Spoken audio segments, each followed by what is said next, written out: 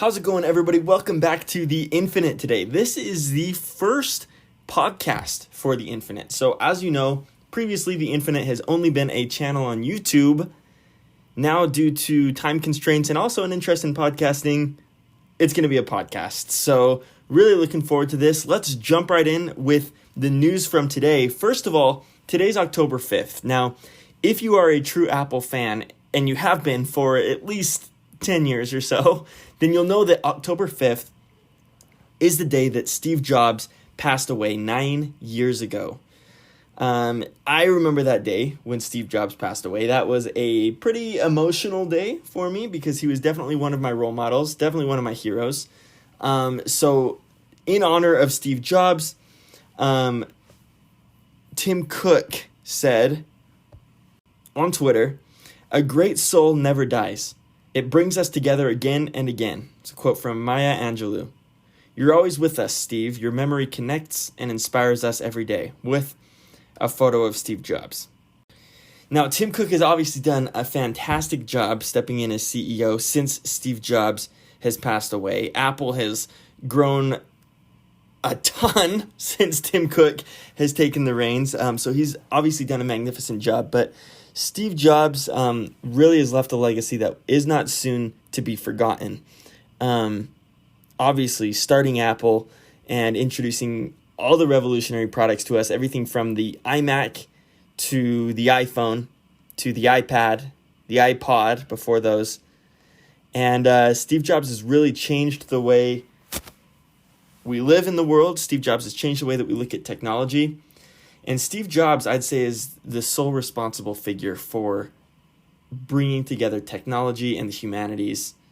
Without Steve Jobs, I doubt that we would have technology designed in the beautiful way that we do today, that Apple brings it to us. So honestly, take a moment to remember Steve Jobs today, learn a little bit about him, try to be a little bit more like him, and that'll be a great respect to his memory. Now, in other news, Apple's iOS 14 has really made a dent in the way that we look at and use our iPhones. Now, I say look at because literally the aesthetic on your iPhone can completely change now thanks to iOS 14. So actually what you can do is you can set a shortcut and then add that shortcut to the home screen with a custom icon to open an app. So basically you get a custom icon, and when you click that icon, it runs the shortcut to open the app. So you can have custom icons for any app that you want. Now, a lot of people have had a lot of fun with this. If you want to see more of this, go to Twitter, just search iOS 14 home screen. You're going to be met with a barrage of images about how people are decorating their iOS 14 home screens, and it's super exciting. One of the things that I love most is Marques Brownlee featured somebody's matte black icon package set for iOS 14, and that designer made $100,000 since then due to people buying his set. So that's really exciting stuff. And good for him. If you want to design your own icon pack for iOS 14, jump on it. Now's a great time to do it. People are looking at icon sets and buying them. So really exciting. Now, one improvement that could be made here is that when you hit the icon, your iPhone still opens up the Shortcuts app by default before actually jumping to the app, the shortcut that it needs to run. And it does that on everything, right? When you run a shortcut, it goes to the Shortcuts app to run it, and then it takes you to wherever you need to go. A little annoying, but whatever. We can live with it for now. Hopefully in iOS 15, we'll see that improvement.